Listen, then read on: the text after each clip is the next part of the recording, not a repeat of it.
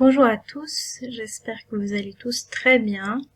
Donc dans cette vidéo, vous allez apprendre à résoudre des équations qui comportent des racines carrées, et cela en restant à un niveau de second. Donc premièrement, on va s'intéresser aux résolutions graphiques ou aux conjectures graphiques. Et donc, il va falloir commencer par chercher le domaine de restriction. Pour cela, il faut se rappeler que ce qui est en dessous d'une racine carrée, ça doit appartenir à l'intervalle 0 plus l'infini avec 0 qui est inclus pour que cette racine carrée soit définie.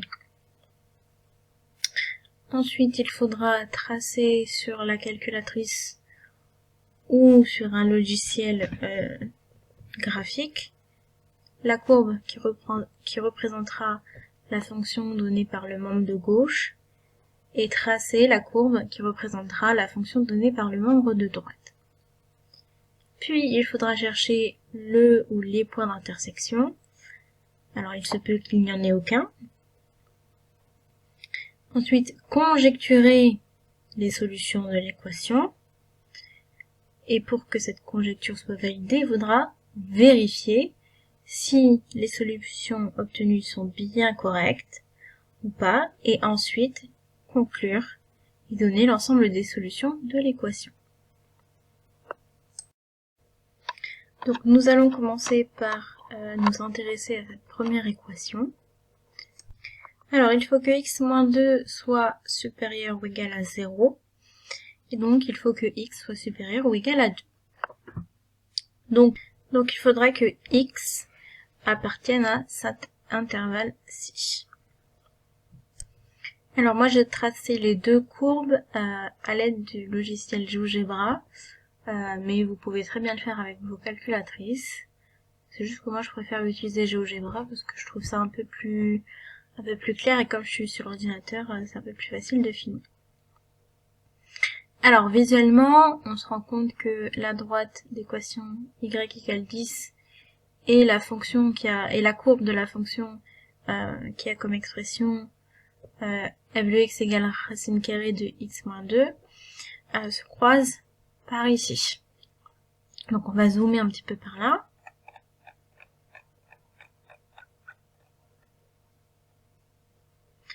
Donc on conjecture que le point d'intersection est ici, et donc que son abscisse, ce serait x égale 102. Donc maintenant, il va falloir vérifier si cette conjecture elle est bien correcte, c'est-à-dire si quand je remplace x par 102 dans l'équation est bien vérifiée ou pas. Donc pour cela, je vais remplacer x par 102, ce qui va nous donner racine carrée de 100. Et racine carrée de 100, c'est égal à 10. Et 10, c'était le membre de droite. Donc là, l'égalité, elle est vérifiée. 102, c'est bien la solution de l'équation. Et donc, on va avoir comme ensemble de solutions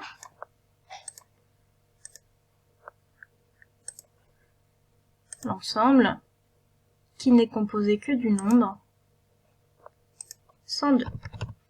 Voici ici l'ensemble de solutions. Nous allons désormais nous intéresser à une deuxième équation, celle que vous pouvez voir sur l'écran. Donc nous allons commencer par chercher le domaine de restriction. Donc x plus 1 doit être supérieur ou égal à 0, donc x doit être supérieur ou égal à moins 1. Donc les solutions devront être comprises dans cet intervalle-ci. Donc en vert, on a représenté la courbe représentative de la fonction qui est définie par le membre de gauche, et en rouge, la droite d'équation y égale 1 qui représente la fonction associée au membre de droite. Et donc là, on se rend compte, d'après le graphique, qu'il n'y aurait aucune solution à cette équation-là. Mais ça ne reste qu'une conjecture, il faudra le démontrer. Nous allons maintenant nous intéresser à une troisième équation, donc l'équation que vous pouvez voir à l'écran. Et nous allons, comme d'habitude, commencer par chercher le domaine de restriction. Donc ici, il y a deux racines carrées, donc il va falloir étudier quand est-ce que ceci, 5x moins 7, est supérieur ou égal à 0. Quand est-ce que moins 4x plus 12 est supérieur ou égal à 0. Donc on commence par celui-ci. Donc 5x moins 7 est supérieur ou égal à 0. On va donc avoir 5x qui doit être supérieur ou égal à 7. Donc x devrait être supérieur ou égal à 7 cinquièmes. Je rappelle que dans une égalité, quand on divise par un nombre qui est positif, cela ne change pas le sens de l'inégalité. De même quand on ajoute ou soustrait un nombre. Ensuite, on a moins 4x plus 12 qui doit être supérieur ou égal à 0. Donc moins 4x doit être supérieur ou égal à moins 12. Et là, attention, on va diviser par moins 4 qui est un nombre négatif. On va changer le sens de l'inégalité. On va donc avoir x qui devrait être plus petit, inférieur ou égal à moins 12 divisé par moins 4, c'est-à-dire x qui devrait être inférieur ou égal à 3. Et donc les solutions devront être dans cet intervalle-ci. Alors voilà les courbes obtenues. Donc le point d'intersection, il est ici. Alors on a l'impression que son abscisse c'est 3, mais pas tout à fait. Si on regarde bien, ici on n'est pas pile poil à 3. Donc on va essayer de zoomer un petit peu.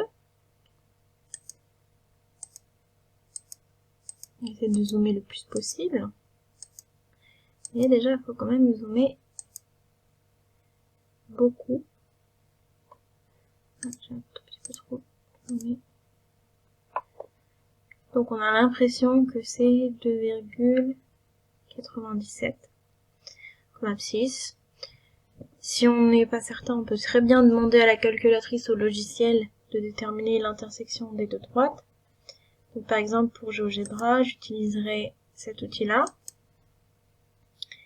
Donc je demande l'intersection de ces deux courbes, pardon, pas des droites, des courbes.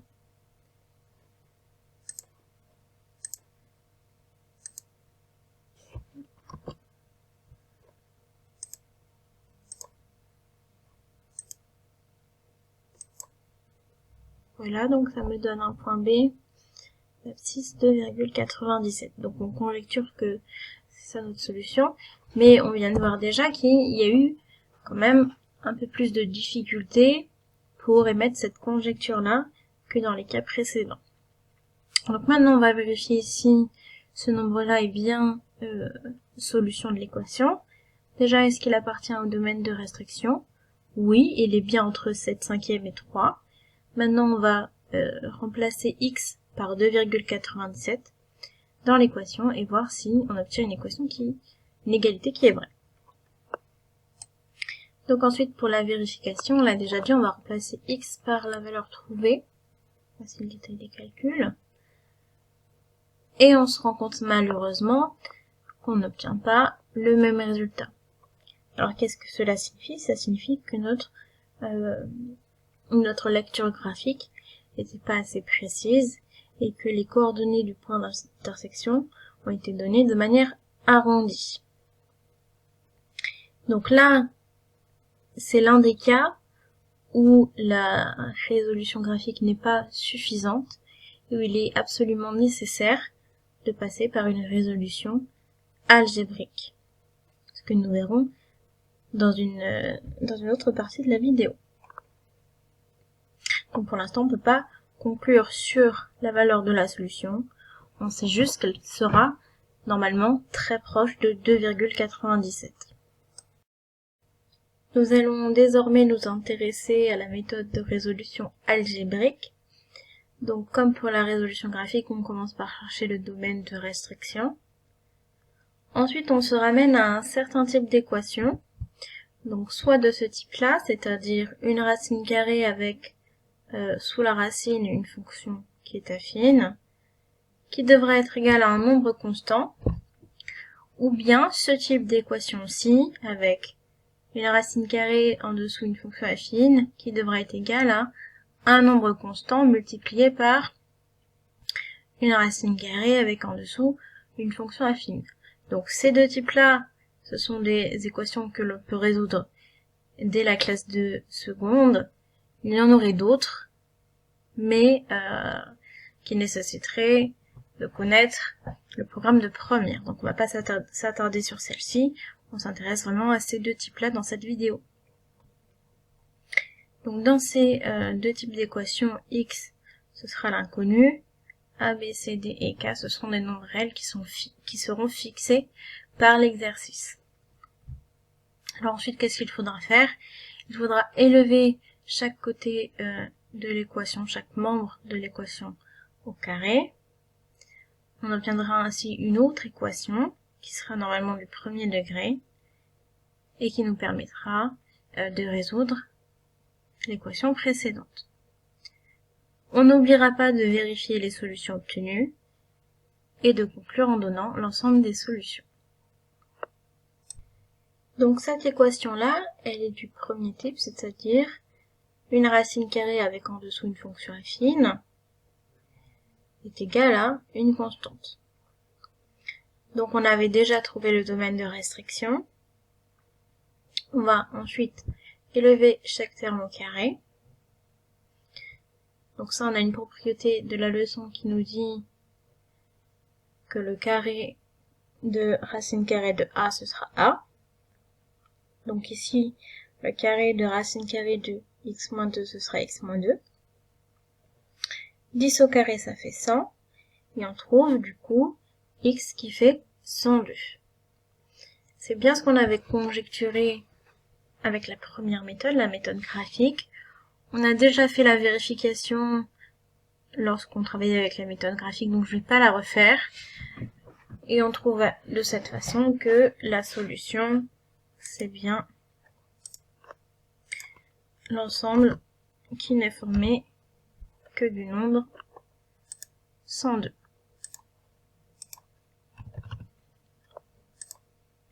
Donc voilà l'ensemble de solutions de cette équation-ci. Donc pour cette équation-ci, il va falloir se ramener à l'un des types d'équations qu'on a vu précédemment. Donc on a déjà déterminé le domaine de restriction dans une partie précédente de la vidéo. Cet ensemble de restrictions, c'était cet intervalle-ci.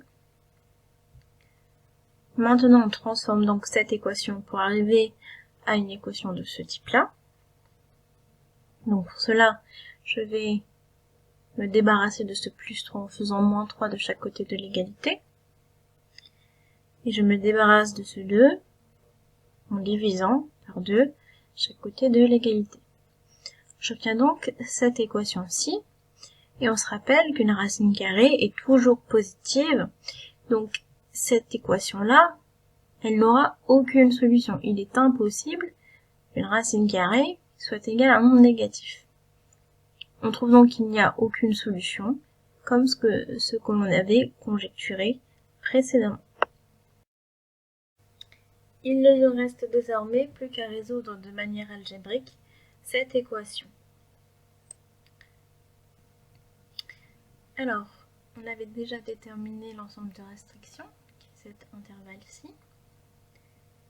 Ensuite, cette équation est du type numéro 2 avec d'un côté de l'égalité une racine carrée avec en dessous une fonction affine, et de l'autre côté de l'égalité un nombre constant multiplié par une racine carrée avec en dessous une fonction affine. Donc ce que l'on va faire, c'est qu'on va élever au carré en utilisant les propriétés de calcul avec des racines carrées. On obtient une équation du premier degré que l'on peut résoudre en utilisant les propriétés et les règles de calcul qui s'appliquent aux équations du premier degré. Et on obtient une valeur de x qui est un nombre rationnel, qui n'est pas un nombre décimal. Donc il va falloir effectuer la vérification avec cette écriture sous forme de fraction. On peut quand même essayer de trouver une valeur approchée de ce nombre-là. En divisant 775 par 261, on se rend compte que c'est à peu près égal à 2,97, valeur qu'on avait conjecturée précédemment. Ce nombre-là est d'ailleurs bien dans l'intervalle de restriction. Il ne nous reste plus qu'à faire la vérification. Donc pour faire la vérification, on va calculer le membre de gauche en remplaçant x par cette valeur. Pour cela, il faut bien connaître les règles de calcul avec des fractions. Et on obtient ce nombre-ci. On fait de même dans le membre de droite. Et on obtient le même nombre. La vérification est donc correcte. Et il ne nous reste plus qu'à conclure. L'ensemble des solutions n'est formé que de ce nombre-là. La résolution de cette équation est donc terminée.